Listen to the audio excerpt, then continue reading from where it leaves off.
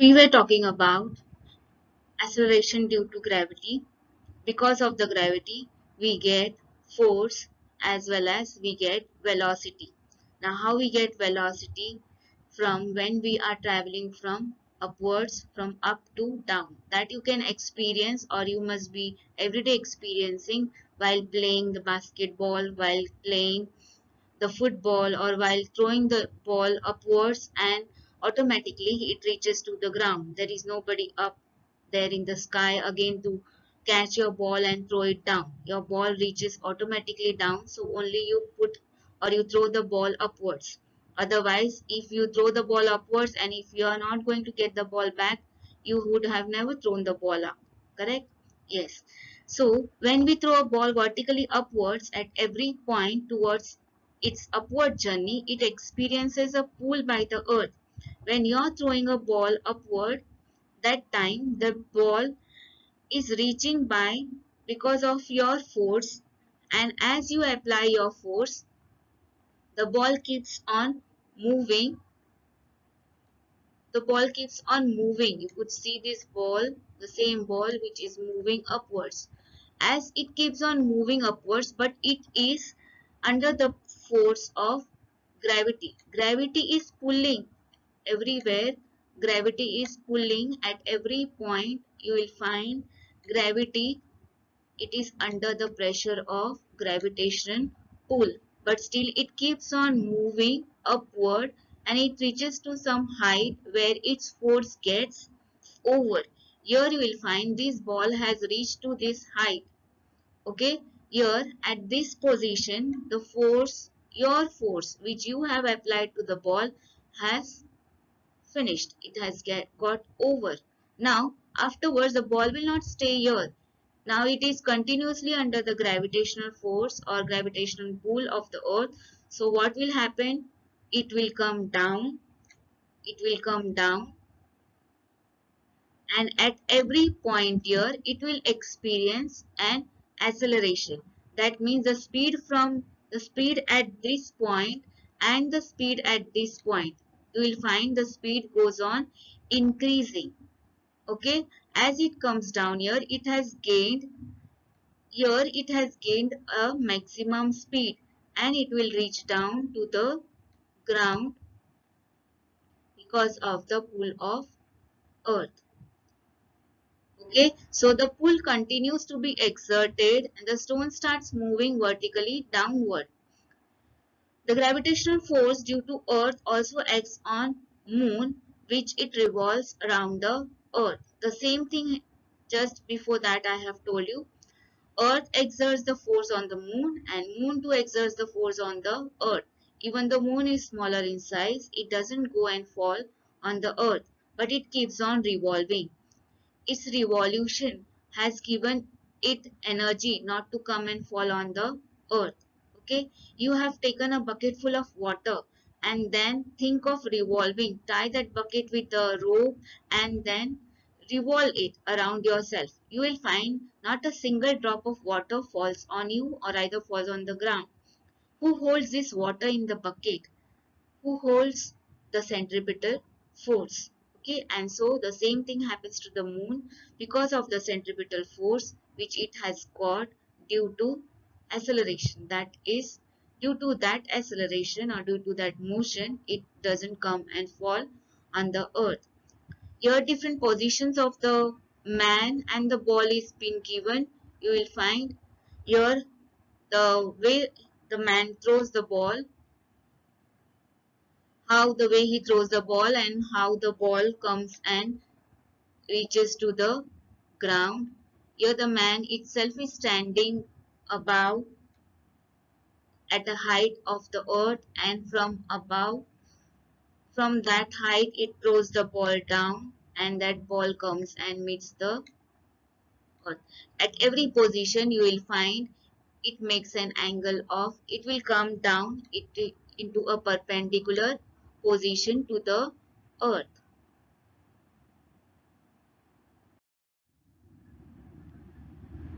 Here the same explanation. A bucket full of water is taken. You are standing here and your centripetal force is acting on this bucket and the water, and with a great speed you're moving this bucket which is full of water. Even though the bucket is at this position, water doesn't come and fall. Who holds this water? That is the centripetal force. Even though gravity is acting on the bucket, gravity is acting on the water, but the water doesn't fall. The same principle is applied for the moon, who is under the gravitation force of earth. Because of its revolution around the earth, it has got an acceleration.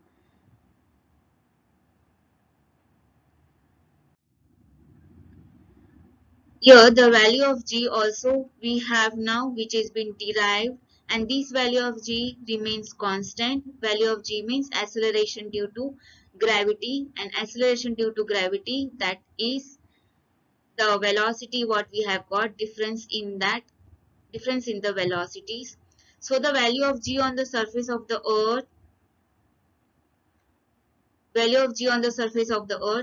we calculate it by the letter G using Newton's universal law of gravitation for an object of mass m. An object is there of mass m which is situated at a distance of r from the center of the earth. The law of gravitation gives F is equal to G multiplied by capital M into small m upon r square. Capital M here is mass of the earth, and small m here is the mass of the object which is there in your hand, or either you can consider it as a ball. Now how the ball reaches, what speed it has got, that is we have to note it down, that find it out. That is F is equal to mg. As you know, we have the value of F is equal to ma. Here A stands for acceleration due to, your G is acceleration due to gravity. So A is replaced by G. So mg is equal to, F is equal to mg. F is equal to mg. So mg is equal to gm into m upon r square. This value. You have substituted the value of F. Here G is equal to both the sides m, small m, and here the other side small m will get divided by each other, and so you will get the value of G. G is equal to G m upon r square. R means the radius of the earth. It can be denoted by small r or it can be denoted by capital R. So let's replace that small r by capital R. So G is equal to G into m upon r square. Capital G means gravitational constant. R, capital R means radius of the earth, and capital M means mass of the earth. So the value is already with us, that is mass of the earth. What is that? 6 into 10 raised to 24 kg. See, this number is so huge. 6 into 10 raised to 24 kg, and the radius of the earth is 6.4 into 10 raised to 6 meters. Substituting these two values into values to G and M and R, we get the value 9.77 meter per second square. So G is equal to 9.77 meter per second square. This acceleration depends on mass, that is m, and radius, that is r. So this acceleration, what we have got here as 9.77 meter per second square, it is only for the earth, not for other planets, because mass of other planets here and radius of other planets differs. They are not same like that of earth. So when you are going on another planets, value of G will be different. So here we have to think about our earth, because our earth is not a particular sphere. You could see here I have tried to show the shape of the earth. Shape of the earth, can you see how it is? Not a particular sphere. You could see it is like somewhat like oval in shape.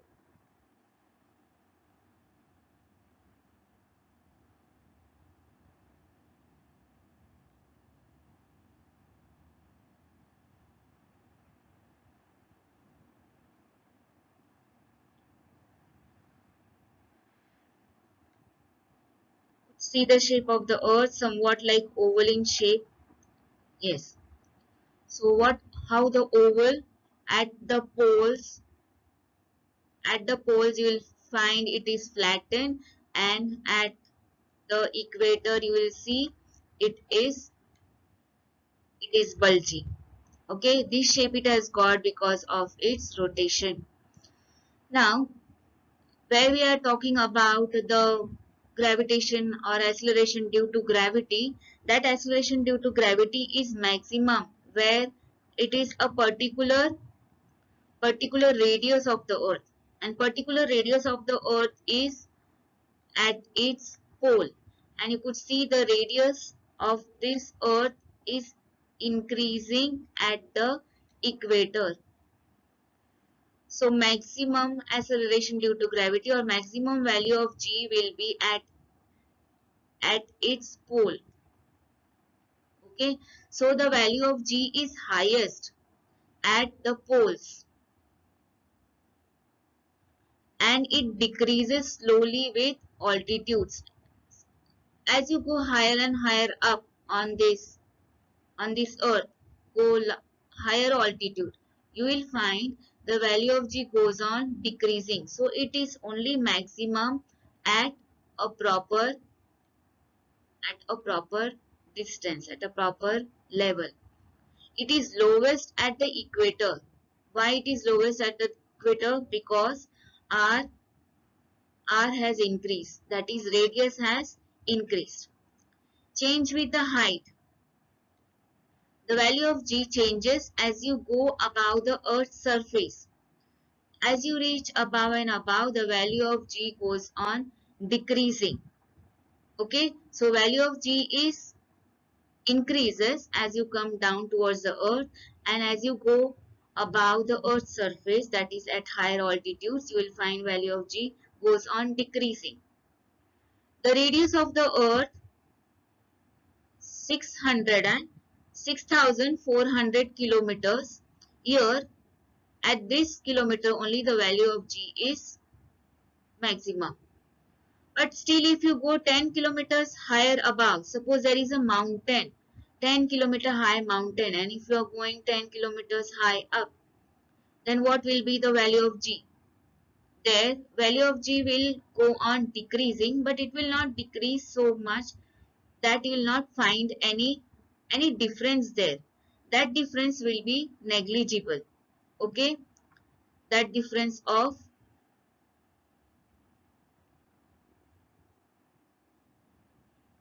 value of g will be negligible. So the change in that radius will be 6,400 kilometer to 6,410 kilometer. Only that 10-kilometer difference, and that difference will be negligible. Change with depth. We have said that value of g is only maximum, only exact at the radius, particular surface of the earth, and that also at the radius of the earth. But as you go down deep into the earth, or either into the ocean towards the center of the earth, you will find the value of g still goes on decreasing. So as you go high up above the earth or above the altitudes, value of g will decrease. As you go down below the earth's surface, value of g will still go on decreasing. Now why it decreases or why it increases? Why it doesn't remain same? Because it depends on the mass of the earth. As you go towards the center, you will find the mass of the earth. You have reached towards the center of the earth. That means the radius has decreased, and mass of the earth also has decreased. So every planet or satellite has different mass and radius, hence the value of g on its surface are different. As you're going down deep in the ocean, you will find mass of the earth not actually decreases, but you are reaching somewhere where the density has decreased of the earth. Every planet or satellite has different mass and radius. Hence the value of g on its surface are different. We'll talk about the moon. Moon is smaller than the earth. Value of g on moon, that is 1/6 of the value of the earth. That means your weight on earth, if it is 6 kg, that weight on the moon will be 1 kg. Okay, so the value of g will decrease on the moon. So your if mass will remain same, but your weight will either increase or decrease according to the planet. So let's talk about mass and weight. First, as you were studying all these things from your previous classes, but still I'll explain you what mass is. Mass means nothing else but it is the amount of matter, the amount of particle contains in that object. So the amount of matter present in the object, we call it as mass, and the mass unit is kg, that is kilograms. It is scalar quantity because it is not affected by any direction. So it's only affected by the magnitude, how much quantity, high or either low, less or more. So mass is the amount of matter present in the object. Its SI unit is kg and it is scalar quantity. Weight of an object. What is weight? When we talk about how much is the weight of your weight, my weight, weight on weight, when we are talking about weight relates with only the force, the pull of that planet or the pull of the earth. If I'm talking about my weight, that means it includes mass, that is the amount of matter present in my body, as well as the gravitation pull by that earth. Together we call it as weight. So here the weight formula, just see, when I am talking about the mass of the body as well as the gravitation pull, together we call it as weight. So it is nothing else but it is a force. So W is equal to F. W stands for weight. F is force. So weight is nothing else but the force, and it relates with mg. Force means mass into acceleration, and here acceleration is acceleration due to gravity. So its value will become F into g, and we have the value of g here, that is the value of g is 9.8, or what we have derived there is 9.77 meters per second square. Overall we consider it as g is equal to 9.8 meter per second square. So g is equal to 9.8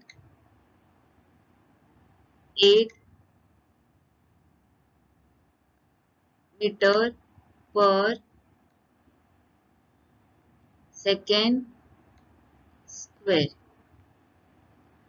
An SI unit of weight, as it is equal to force, so its unit is Newton, and it is vector quantity. Why it is vector quantity? Because weight relates with direction.